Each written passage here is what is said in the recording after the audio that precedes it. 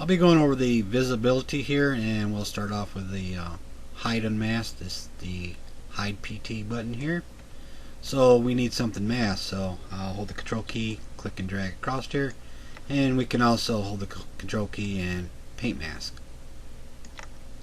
So when we press this, it's going to hide all the unmasked area.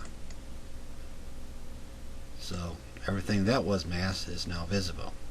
Now if we want to bring that back, we can press the show points here. So I'll select back here. Now take notice as if you look right here, we still got a little bit of masking here, so we might take that in consideration and clear the mask. Control key, click and drag. I don't know if you can see it. It has a tendency to leave a little bit of masking behind. So I'm going to spend a little bit of time on this first button here. This might be a little bit important to you, and maybe a little extra tip before I go down the line here. So I'm going to open up the masking here, and we have this intensity value slider for the masking. So when it's set at 100% and we press the hide points here, it's working as normal. Control Z this back. Now if we set this to 51, press enter, and we'll create a mask. It still works as normal. Control Z that. But if we go anything lower than 51 and say we put 50 in here and drag out a mask, this hide point here, or hide unmask, is not working. So take that in consideration of where this needs to be. Typically I don't usually move this slider very much anyway. So I'm going to go ahead and go into the next step here. Let me crank this all the way down, so if I clear the mask and drag across there, pretty much not going to get any mask. But if we use the move mode here, and this is a polymesh 3D, so this will bring out the action line. So I'm going to hold the control key down and click and drag out a mask, and I'm going to drag it all the way down to the bottom here. Now I'm going to use this action line as kind of a little guide here. You'll see here in just a second. Now what I'm going to do is I'm going to sharpen the mask up, and to do this I'll hold the control key and the alt key, and typically when I am sharpening the mask I like to bring my mouse cursor over the mask and click to do this. You can do it over here in the non-mask area, but you're liable to maybe accidentally edit the mesh. So we'll come up here and sharpen this up a couple times. Then we're going to come over here, and you notice when I had the intensity down and I drew out this action line, the mask was still dark even though I didn't have any intensity, so keep that in mind also. So we'll press the hide point, and it's working right here in the halfway mark. We're going to use this as an indicator here. Control Z this. Now I'm going to blur the mask. This is just holding the control key down and clicking a bunch of times, and we'll hide the point. And once again it's at the halfway mark. So basically this blending is really not doing a whole lot for this. So this is two things that we learned so far. And another thing is when I bring this back, let me control Z that, and I just use the show points here. As you can see, we still got a little bit of this mask that we might want to remove. So click and drag, and we're going to bring everything back up to normal. And like I said before, when I bring out an action line and I hold the control key down and just click and drag, you can see how dark the mask is. And if I do it with the intensity all the way down to 0 and click and drag, it's still a dark mask. That's just kind of a little tip. Now we're going to go into the next section. Let's create another mask here. Control key, click and drag. We'll hide the point. Basically the way to bring this back was to use the show points. That's just one way we can do it. Control Z that. Another way is we can use the control key and the shift key and just click in a blank area right here and it'll bring it all the way back. Control Z that back. And we'll turn on the polyframe. And we're going to use this grow visibility. Basically what's going to happen on the top border here, it will start showing the next polygon loop that's all the way around here, the next one up, and I'll do the one on the bottom. So actually it's not really adding, it's just bringing the visibility back. So we'll grow this up, and if we want to shrink that, we can shrink it.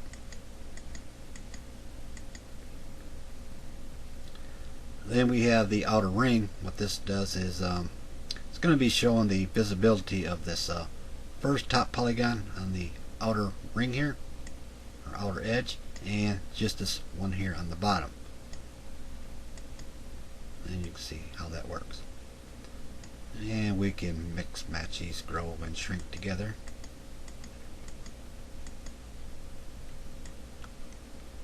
And I'll hold the control key, shift key, and click and drag to bring the whole thing back. I'm just going to show you a few things how you might want to use this visibility. If we look at this box here, it's got a little bit thicker lines in certain areas in this box, and I'm looking at the center of this box, and if you follow my cursor you'll see this thick line as I drag up and drag across and drag down and back across. Now this is kind of in the square area, and what I want to do is I want to select 4 polygons right here in the center. So control key, shift key, click and drag this, and I'll turn this to the side. I don't want that one there, so we'll select this one here. Then what I'm going to do is I'm going to come over here and grow the selection up a couple times. And basically I want to go ahead and group visibility here, and I'm going to bring everything back, control key, shift key, click and drag. Now you can see now this is in the square area that I was outlining for you. So what I want to do is I'm going to invert this so I can have the box one solid color here. So we'll group visibility here and bring the other color back. So basically what's going to happen here, I got it in a nice square area. I'm going to try making a circle here. So basically, not to get really off the topic, I'll be going over some of these other options in another video, but we'll just go down to the morph target. We're going to store the morph target here. This is just going to store the state that this is in right now. Then we'll go to the deformation, and I want to use polish by group, and I'll set this to maybe 20. And I will just go ahead and that looks close enough for me. I could make a little bit better, but that's not too bad. It kind of rounded the box up, so what I'll do is I'm going to control key and shift key and click this right here. Then I'm going to bring my cursor over to the side here, control key and just click so I can mask this area back, control key, shift key, and bring everything back. Now this is just the masked area right here, and it's going to be protected. I want to bring this box back to its original state here so that it will be square, and I'll have a somewhat round hole. So it's not perfect, but it's close enough for me. And we'll bring this back to the original state, and we'll clear the mask. And we'll invert that and hide the palette frames, and that don't look too bad. I could have did a little bit better job, but this is just a little demonstration.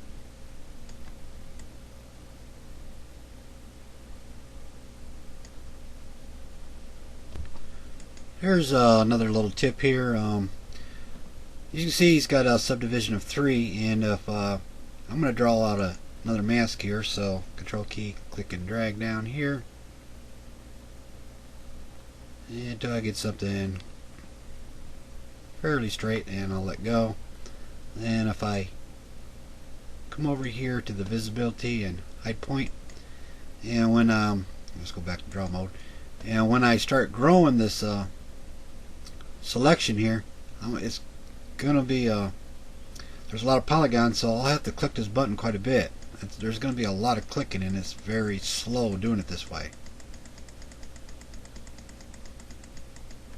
So one way I can do that a little bit better is we'll go ahead and bring everything back, make sure the mask is clear here, is lower the subdivision pretty low here, and we'll create another mask.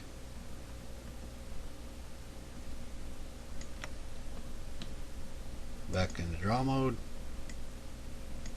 and we're going to hide point.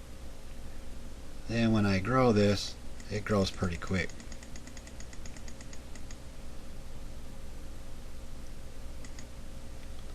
Another thing that we can do is if we select the I'm going to control key and shift key and select the chest area right here. And if I want to kind of expand right up here around the armpit and make it a little bit wider selection around the up here around the shoulders, well, I can just go ahead and grow that. And once I grow that and make that a little bit thicker, then I can come over here and group the visibility, and now my edge loop is a little bit thicker right here.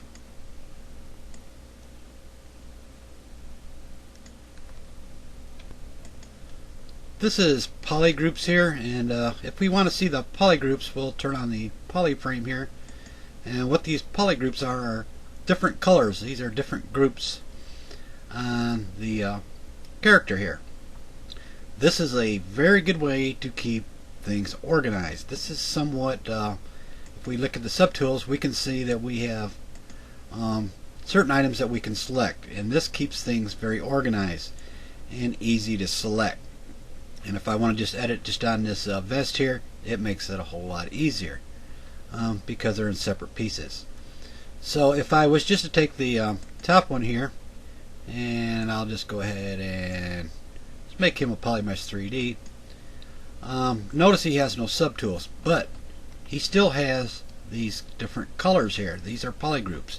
If you hold the control key down and the shift key and click an area, we can isolate just that area and work just on that area. Makes everything a lot simpler. Control key, shift key, and click and bring it back. If we decide later that we want to have our own separate groups through here, we can just go down here and use the group split. Now he has individual parts that we can select. So with that said, let's go ahead and we got this auto group here, and how this works is if I select this mesh here, it is one group. It doesn't have two different colors. So it would be very difficult for me to select this ring here and group this ring because it's one solid piece here. So let's take a look underneath here real quick. Control Shift and the Alt key, and if we look here, there's the ring. Now this could be a little bit difficult, and this is just a quick and dirty way to polygroup something that is actually two separate meshes. So we'll press the auto group here, and now you can see here, now I can Control Shift click, and this is real simple to do. If I decide that I want to bring these apart now, I could just group split these. Now there'll be two separate parts.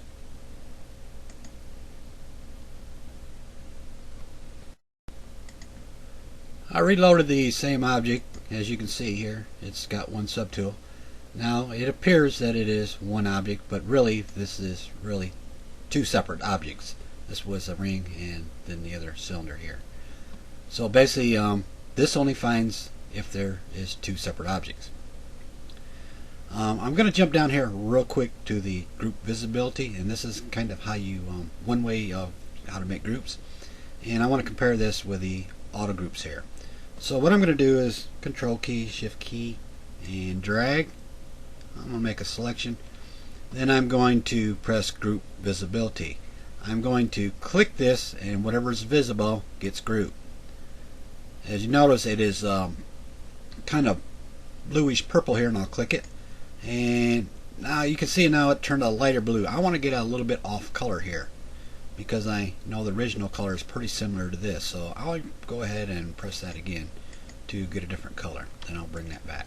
Control key, Shift, and click on the canvas. So if I go ahead and press this again, what's going to happen is we're going to end up losing these groups here, because the only thing this does is it finds where there's two separate objects and regroups them. So when we press here, we're back to the original state.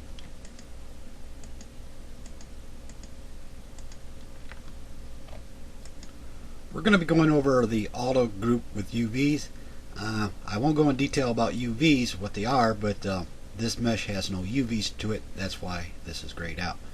So let's load up something that has UVs here, and this is another dog that I created some UVs in, and I will bring this up, and this will create polygroups from the UVs.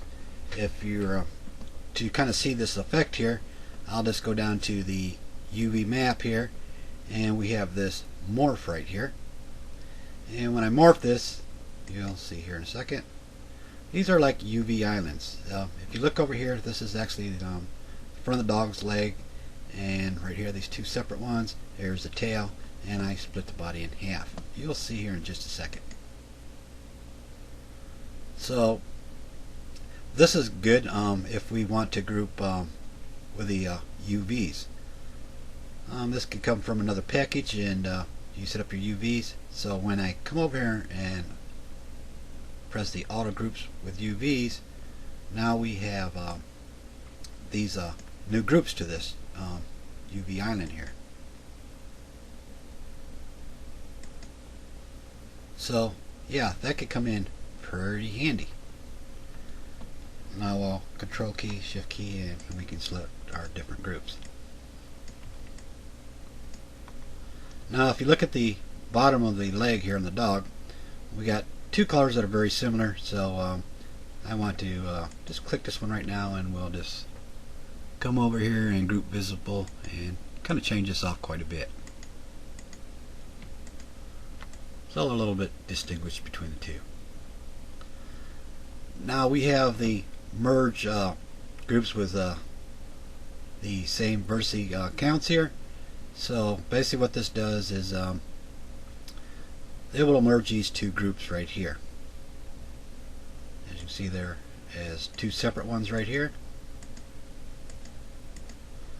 So we can merge similar groups. Now they are as one.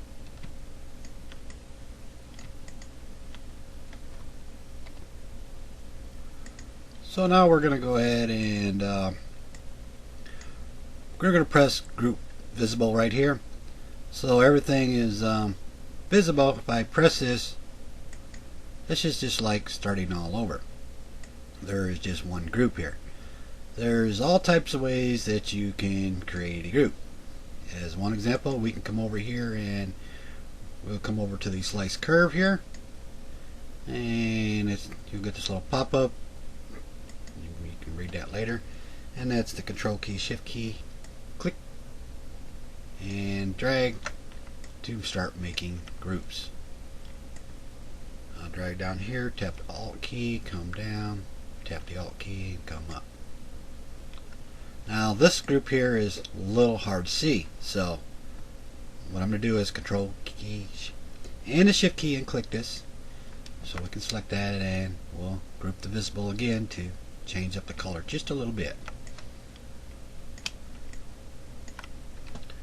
And I'm going to hold the Control key and Shift key down first, then we can select two different options right here.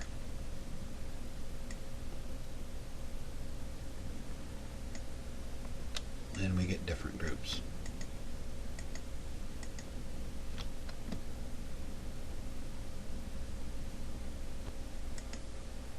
I'm going to hold the control key and the shift key down at the same time.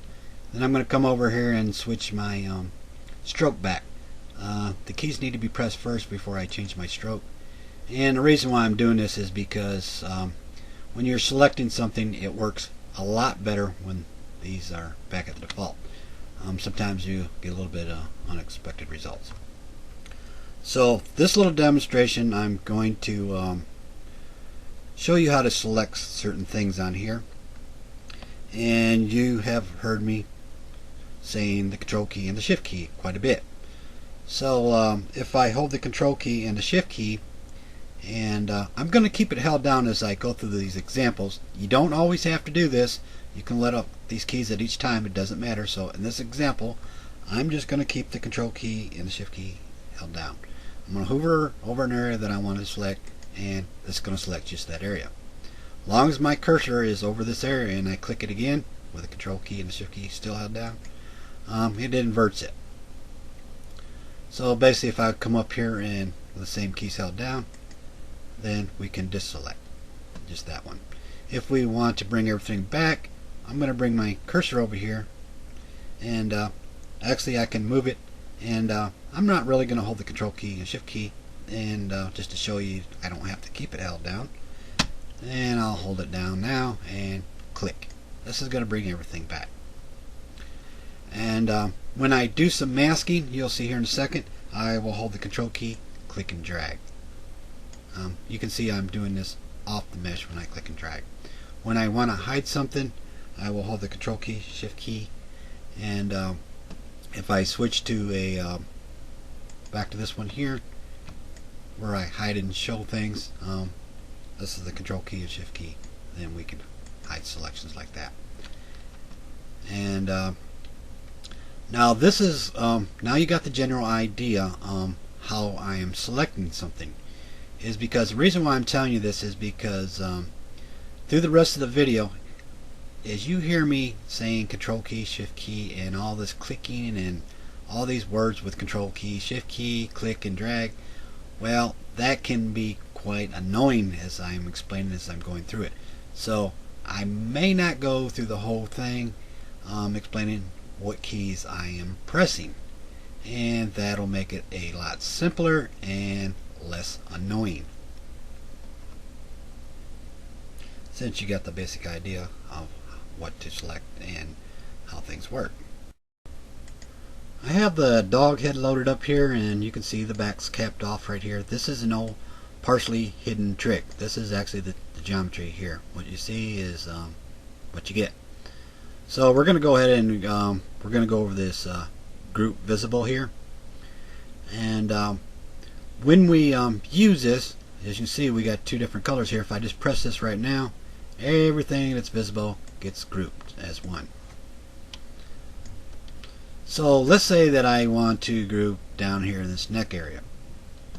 Now when we make selections like this type of selection or a mask type selection, it's all going to depend on the subdivision levels for accuracy. So in other words, if I'm making this type of selection, I want to keep the subdivision at the lowest. This way I can accurately see what I'm doing here. So I'm going to use the lasso here, and when I create this, I'm going to try following in between this edge here and the edge below it. So we'll start here, and I'm going to go in between this, and I'm going to bring it around, and then I'm going to come over here and press group visible. Then we're going to bring this back. Now this gives us a nice clean selection. If the subdivision was up quite a bit, it gets kind of hard to see between the two edges that I want to be perfectly aligned with, and it might be a little bit jagged and we might not get good results.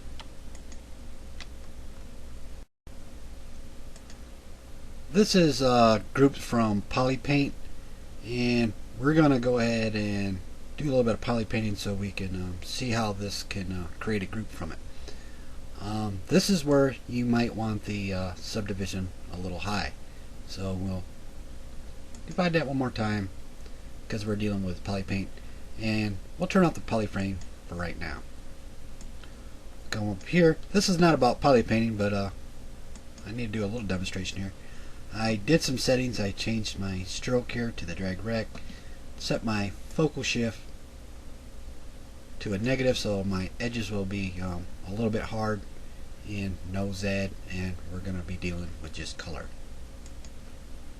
And I'm going to drag out, and this is where the poly painting is. We could leave this on or off, it doesn't matter. Once we uncheck it, it is still a it's still there, so we can turn that back on and it's still Polypaint. If we come down here and we press from Polypaint, let's turn on the polyframes for right now, take a look, and when we press this, it's going to create a group right where we painted it at. And you can see in this eye area.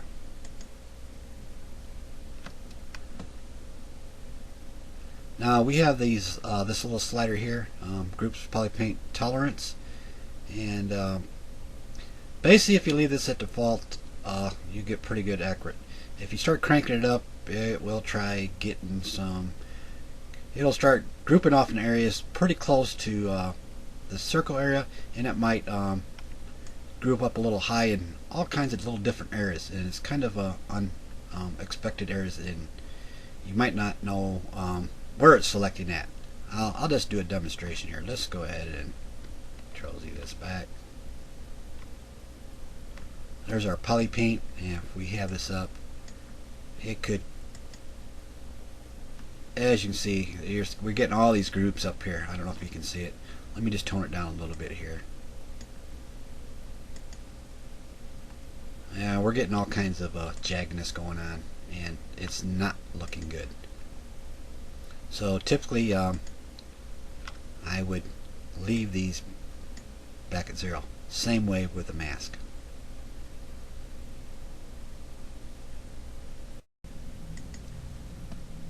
We're going to use the groups from masking, and this will create a group from a mask area.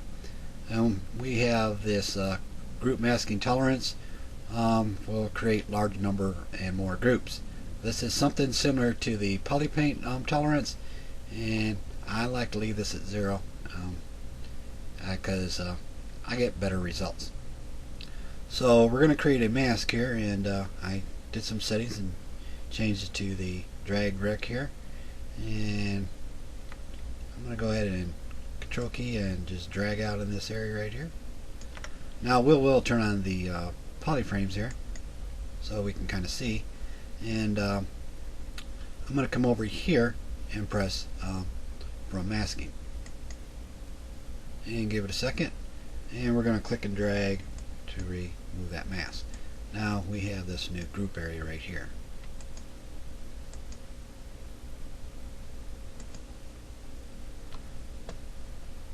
And what I like about this one over the poly painting, because not all the time that I want to poly paint, is I can make selections directly over the mesh here. So hold the Control key down, and we're going to switch to lasso, and I don't have to actually paint on the dog here. I can come off to the outside here, come up, and we'll go ahead and press from masking and clear the mask.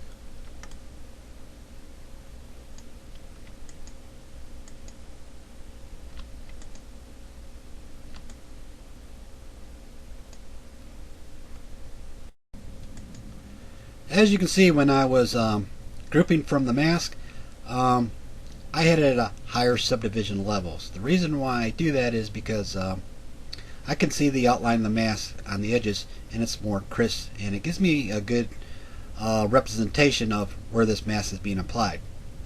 Now this is just one technique that I use. I use different techniques. So I'm not here to show you about different techniques. I'm here to show you about how to work some of these buttons and what they do. So it's upon yourself to kind of experiment around. And I'll give you just one more example here where this could be a little different in different techniques, but I just want to show you before I move on. So basically looks pretty good there, but if I move the subdivisions level down lower and bring it back up, you would think it would keep this round shape. Let's say we're going to focus on the eye here, and I'm going to bring it back up. As you can see, we don't have that round shape there. So what I'm going to do is I'm going to bring it to the lowest, and I'm going to go ahead and group visible, group everything that's visible, kind of starting all over.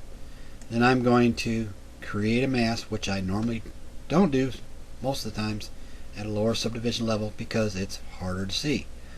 But if we bring it out here, and from masking, and we're going to clear the mask here. As you can see right here that it's still a little chopped up here, and I can fix that. So I'm going to control key and click this area. I notice when we have the lasso on, we don't get a good selection here to this just selected, and this is something kind of a buggish thing, so I will switch this back to clean this up, and I will come around here. Now I'm going to try getting in the middle of this top edge and the one below it, and we're going to do a little bit of cleaning up here real quick. And the Alt key, clean some of this up.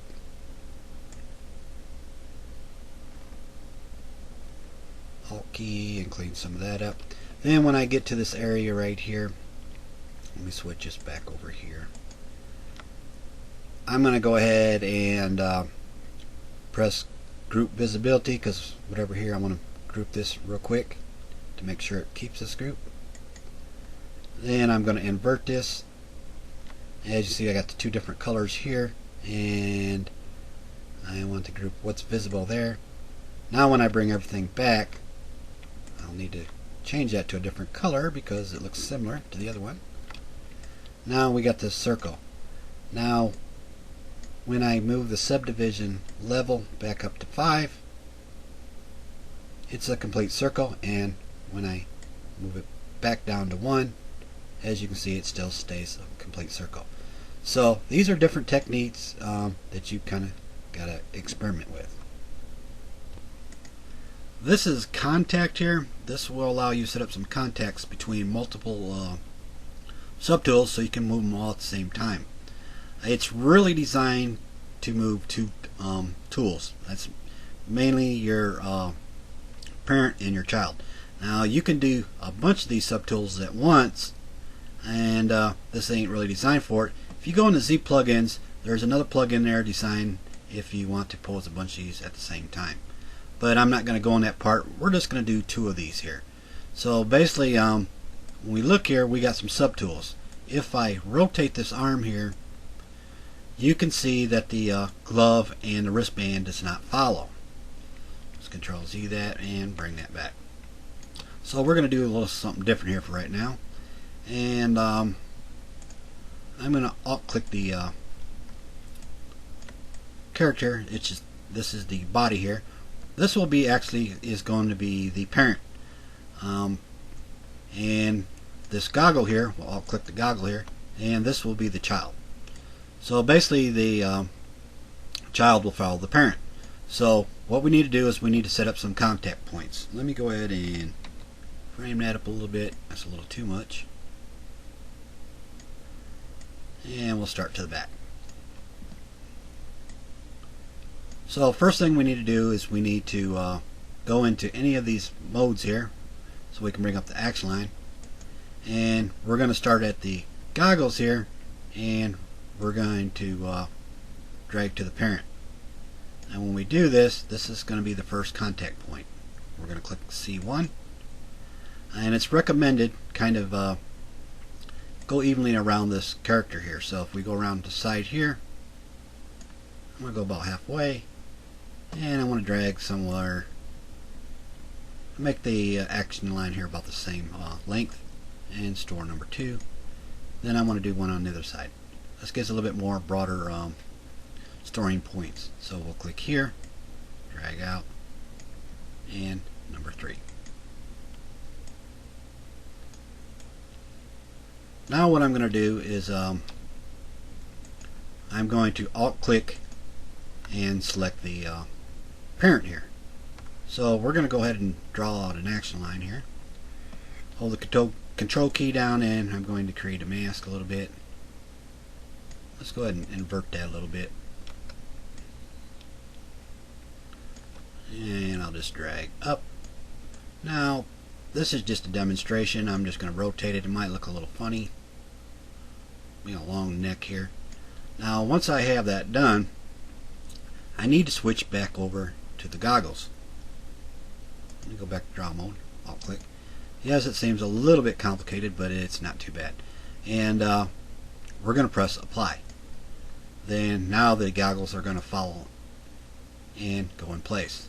Now sometimes this could be a little bit off here. If we control Z this, it was perfect that time, is because sometimes if you adjust the strength, this will allow you to do some tweaking. So if I press apply, not at 100%, it's not going to follow at 100%. And control Z that. Now there's certain ways that we can do this with Morph Target, but I'm really not going to go into that part there. So let's say I wanted to do a couple of these right here. So I'm going to alt click the wristband, and when I do, I want to just do one side. As you can see, they're both grouped together, so I'm going to come over here. They're both grouped together, and I'm going to have to split them apart because I only want one side to move. So we'll group split this and press OK. I'm going to alt click this side because I'm going to be doing this side here.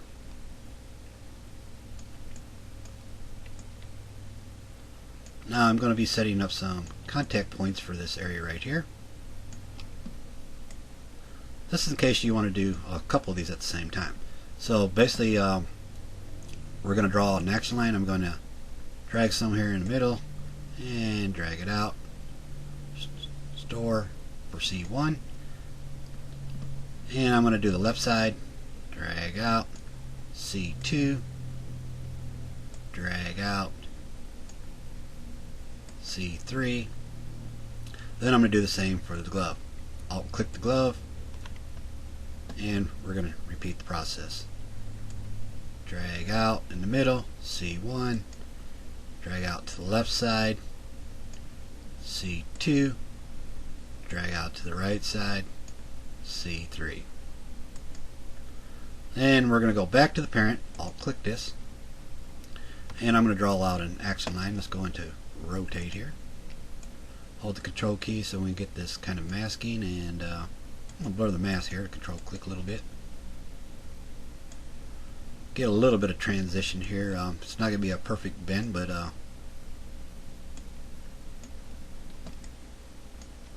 and we're going to come over here and we're going to rotate this a little bit.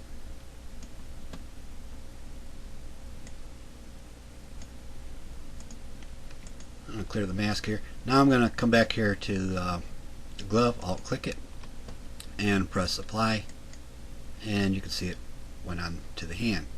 Now I'm going to alt click the wristband. As you can see, this one's set to 0. We need to crank this one up and press apply. So then you can see how that works. I would kind of highly recommend, when you're doing multiple pieces like this, set these all to low, and once you make your contact points, don't adjust anything with your lower and higher subdivision levels until you're finished. As example, since I'm moving again, I'll just kind of show you. We'll do it with the goggles. Everything's set at low. I think it works a lot better this way.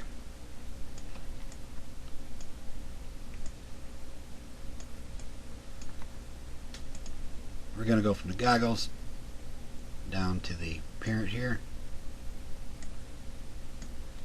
and we're going to have to delete these right now, and we're going to store number 1.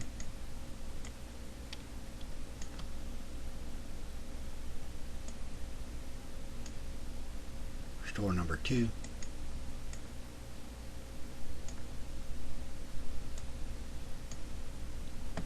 Whoops, that one didn't store. Let's see what happened there. I'm going to have to redo that. Alright, I controlled Z something too far. Number 1. Number 2. And make sure that these go ahead and gray out when you select them to make sure it's stored at. And somewhere here, and number 3. Now once we have that done, I'll click the parent here, and I'm going to go ahead and do a mask here, and we'll do a little rotation. Let me bring this over here just a little bit.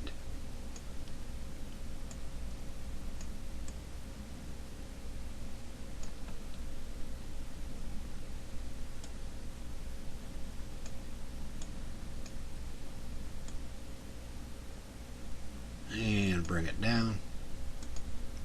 I'll click the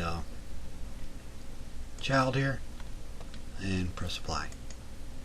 Then when I'm done, it seems to work a lot better at the lowest subdivision level than when I'm done. I'm going to come back here and press all high.